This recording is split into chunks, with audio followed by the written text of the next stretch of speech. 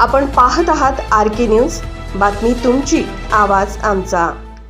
जालना जिल्ह्याच्या अंबड तालुक्यातील अंतरवली सराटी या ठिकाणी मराठ्यांना आरक्षण मिळावे यासाठी संघर्ष योद्धा मनोज जरांगे पाटील हे अनेक दिवसांपासून लढा देत आहेत।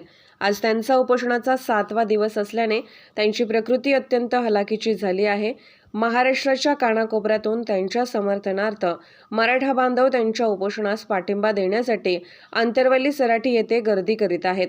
अनेक आबालवृद्धांनी, महिला वर्गाने आपापल्या भावना आमच्या चॅनलच्या माध्यमातून सरकारपर्यंत कशा पोहोचतील अशा पद्धतीने भावना व्यक्त केल्या, परंतु सरकार देखील संघर्ष योद्धा मनोज जरांगे पाटील यांच्या 7व्या दिवशीच्या उपोषणाकडे देखील दुर्लक्ष केले असल्याचे चित्र स्पष्ट होत आहे।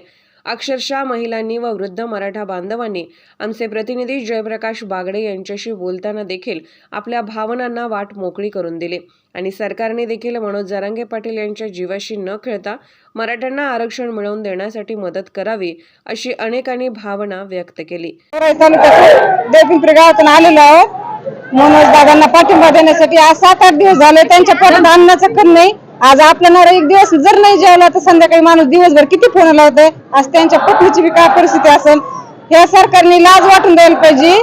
त्यांना चुकणार तर नाहीच, पण होता पण त्यांनी लवकर द्यावा। त्यांना जर काही झालं आणि कोणतं एक नेपाळ आलं म्हणे का ही काय भाषा काहींची बोलण्याची, आमचा नेता मनोज दादाच आणि कोंबडी चोर असं बोलायला नाही पाहिजे ना। आवडत काढणारी मराठीच असताना त्याने आवडत काढलीच नसती। मनोज झालं तर त्याला सरकारच जबाबदार राहणार आहे आणि या सरकारला थोडी तरी अक्कल वाटायला पाहिजे की आज दादा 7वा दिवस उपोषणाला बसलेले आहेत। आपण पाण्याचा घोट जरी घेतला नाही तर आपल्याला कसं होतं याची त्यांनी जाणीव करून ना आपल्या दादाला आरक्षणासाठी हे करावं, तात्काळ अंमलबजावणी करावी आणि ताबडतोब आरक्षण द्यावं।